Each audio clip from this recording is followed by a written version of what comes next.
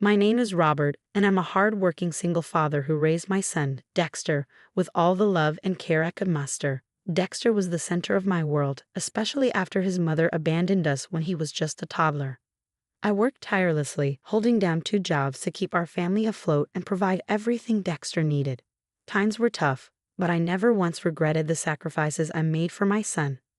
Eventually, my hard work paid off.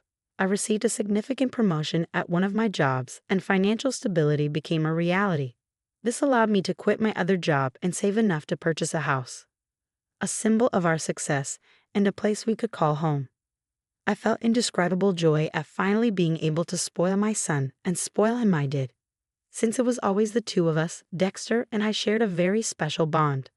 Our bond was unbreakable, and I cherished every moment with him. As the years went by, Dexter grew up to be just as successful as I had hoped. I vividly remember the day he got married. My heart swelled with pride and joy as I witnessed his union. For a few years, life was pure bliss. My bond with Dexter grew stronger every day. We were more than just father and son, we were best friends. We shared laughter, tears, and countless memorable moments. I loved him with all my heart, and I could see the same love reflected in his eyes. We supported each other through thick and thin, celebrating successes and comforting each other in times of hardship. Our relationship was a rock-solid foundation that gave us strength and made life feel complete. Dexter was my pride, my joy, and my reason for pushing through any challenges that came our way. Then one day, Dexter approached me with some information he had discovered. "Dad, I found out something important, and I wanted to talk to you about it." "What is it? You seem worried." "Well, I came across some information that says if we transfer the house into my name, you'll be eligible for full coverage health insurance. I know it's a big decision, but I really think it's worth considering for your well-being." "Oh, I see. You're concerned about my health, aren't you? That's thoughtful of you."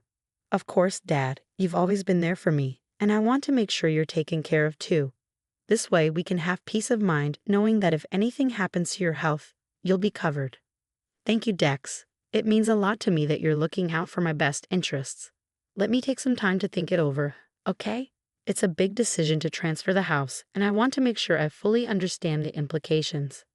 "Absolutely. Take your time. I just want you to know that I'll support whatever decision you make. Your well-being is what matters most to me. How about we revisit this topic in a few days? Once I've had a chance to gather more information and consider all the options, we'll make the decision that's best for both of us." "Sounds good, Dad. Remember, I'm here for you no matter what. Just let me know if you need any help or have any questions." "Thank you, son. Your support means a great deal to me. We'll discuss this further soon, I promise." Touched by his care, I researched the details and found out that the benefits would kick in after 5 years. Believing in my good health and overwhelmed by love for my son, I decided to transfer the house deed to Dexter. I presented it as a heartfelt gift on his birthday, and his gratitude knew no bounds. I felt a surge of happiness and contentment, thinking I had made the right choice. However, my joy quickly crumbled when Dexter's wife called me a few weeks later. She revealed that Dexter had been cheating on her for the past year with a 25-year-old woman. Disgust and disappointment washed over me like a tidal wave. In a fit of rage, I called Dexter, hoping for some form of regret and an explanation. "Hi, Dex. We need to talk." "Sure, Dad. What's up?" "Your wife called me and told me something that deeply troubles me. Is it true that you've been cheating on her?" "Look, Dad, it's my personal life. I don't see why it's any of your business. Yes, I've been seeing someone else, but that's between me and my wife. I can't believe what I'm hearing. Cheating is a betrayal of trust, not just to your wife, but to the values and morals I raised you with. I'm disappointed in your actions." "Well, I didn't come here to discuss my personal life or disappoint you. Also, since I've taken ownership of the house, I expect you to move out within a month. It would be weird for me and my mistress to live with you. You can't be serious. I transferred the house to you believing you cared about my well-being. Now you're kicking me out without any consideration or remorse." "Look, Dad, this is how it is. The house is mine now, and I have my own life to live. Find somewhere else to live. I don't have time for this right now. I can't believe this is happening. I raised you with love and sacrificed so much for your future. I expected better from you, Dex.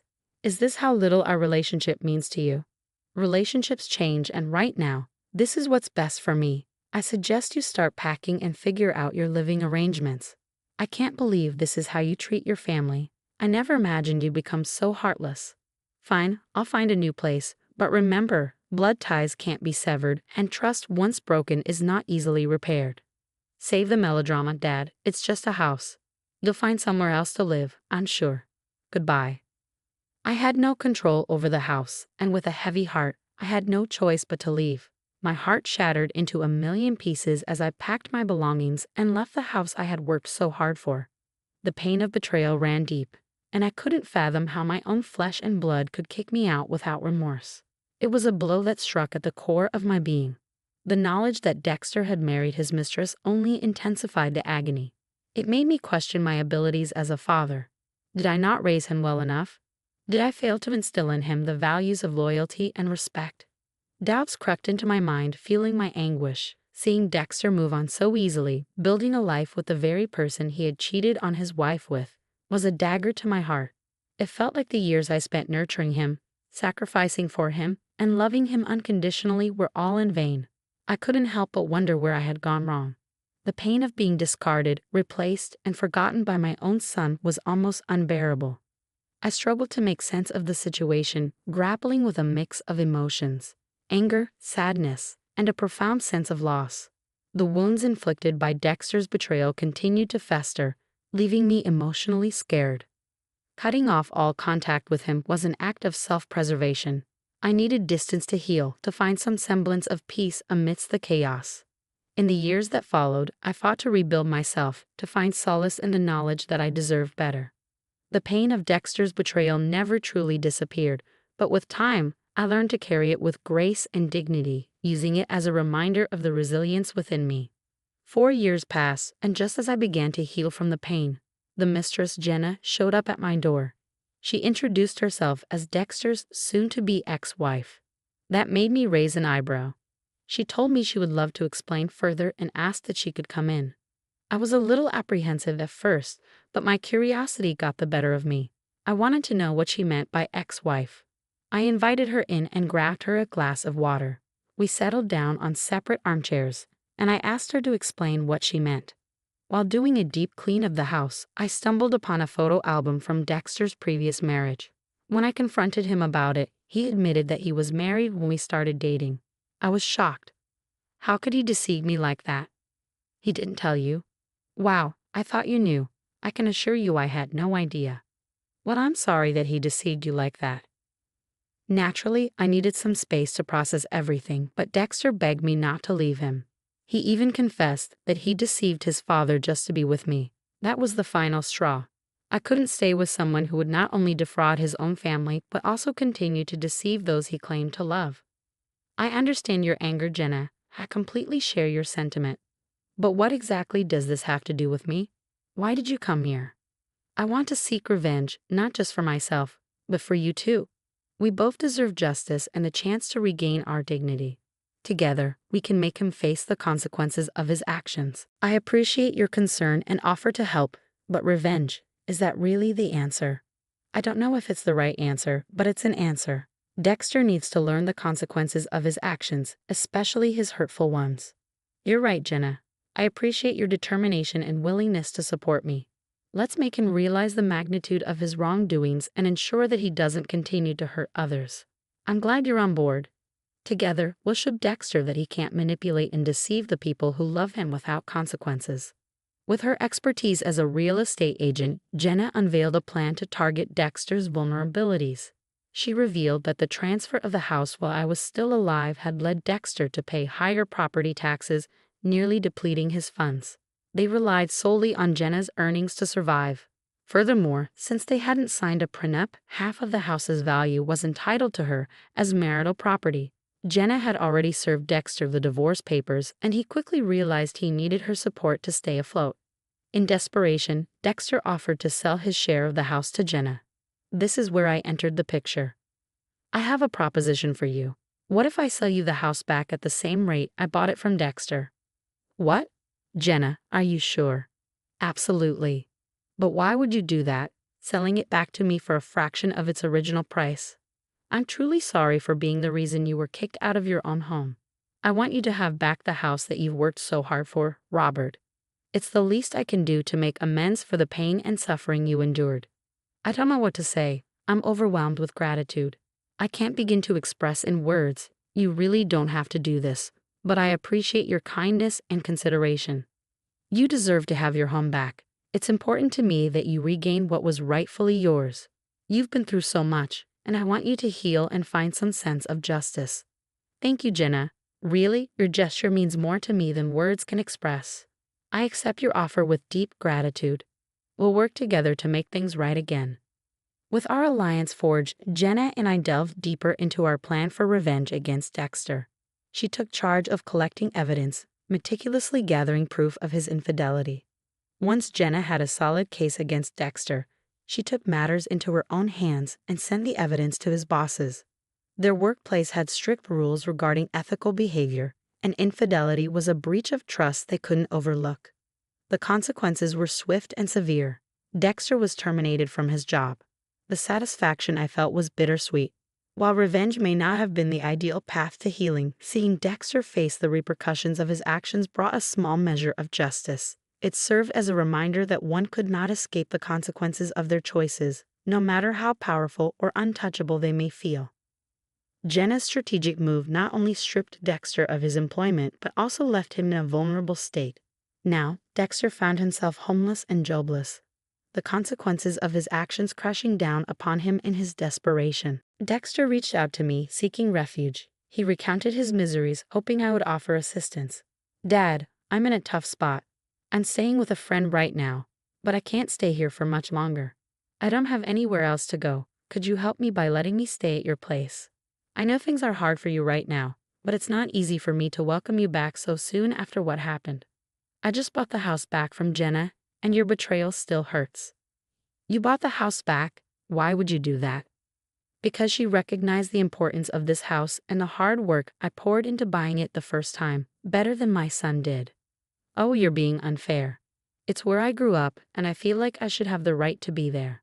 I get that it's meaningful to you, but trust was broken. It's going to take time for me to heal from what you did. I can't just forget the pain and invite you back without considering my own feelings. It's not fair. I need a place to stay, and I thought you would be there for me, especially since you're my father. I'm not completely abandoning you. I have a compromise. You can come back, but you'll have to pay rent and stay for a limited time. That's the best I can do right now, given the situation." "Fine, if that's my only option, but I didn't think you would actually treat me like this. I'm glad you understand how I felt." Throughout Dexter's 4 months stayed in the house I had once called home, I remained detached and aloof, intentionally keeping my distance. Gone were the days of warm conversations and shared laughter. It was a deliberate choice on my part, a reflection of the deep disappointment and hurt that Dexter had inflicted upon me. When Dexter finally mustered the courage to question my changed demeanor, I didn't hold back. "Dad, why are you treating me differently? What happened between us?" "You can't honestly ask me that question, Dex. With everything that you did, I can't be close to someone who betrayed their partner not once but twice, and who used and betrayed me in the process too. It hurt me deeply and shook me to my core. But Dad, I made some stupid mistakes. Can you forgive me? You got your house back. I'm back. Everything's fine." Mistakes. These were more than just mistakes. I made so many sacrifices for you, working tirelessly to give you a better life, yet you chose to ignore my struggles and betray the values I taught you. Things aren't fine, Dex. If I recall correctly, relationships change, right? You told me that when you kicked me out of the house. I gave you so much love, and you're right. Relationships change. This is a change you have to deal with. I never meant to hurt you, Dad. I'm sorry for what I've done. Sorry isn't enough. You turned your back on me, ignoring the loyalty and respect I hold dear. It's not easy for me to forgive or forget. I understand, Dad. I hope you know that I genuinely regret my actions. It will take time to rebuild trust and heal the wounds. I hope you understand that." The disappointment hung heavy in the air as I spoke, my voice laced with a mixture of hurt and frustration. I made it clear that I couldn't continue to support or embrace someone who had shown such disregard for the love and care I had poured into him. The wounds were still fresh, and forgiveness seemed like a distant possibility. With a heavy heart, I watched as Dexter absorbed my words, the weight of his actions sinking in. The pain in his eyes mirrored my own, but it was a pain that he had brought upon himself. At that moment, I realized that sometimes tough love is necessary to uphold one's own principles and protect oneself from further harm. Our encounter marked a turning point in our relationship, a painful but necessary step towards healing. I couldn't help but hope that Dexter would learn from his mistakes and come to understand the depth of the hurt he had caused. Only time would tell if redemption was within his grasp. But for now, I needed to focus on my own healing and finding a way to move forward without the burden of betrayal weighing me down. And so the story comes to its fitting end. Dexter, once a prince in his own kingdom, found himself stripped of everything he held dear. He lost his wife, or should I say, wives, his house, and his family. Dexter lived out his 4-month tenure in my house, facing the consequences of his actions and the weight of his betrayal. As he departed, I made it clear that I had no intention of rekindling the father-son relationship we once had. Dexter, aware of the irreparable damage he had caused, was left to rebuild his life, facing the consequences of his choices. Life has a funny way of teaching us lessons we never asked for. Through this arduous journey, I realized that redemption could be found even in the face of betrayal. Jenna and I were able to restore justice to our lives and reclaim our dignity. While Dexter may have learned the hard way, I hope he finds the opportunity to reflect on his choices and grow as a person.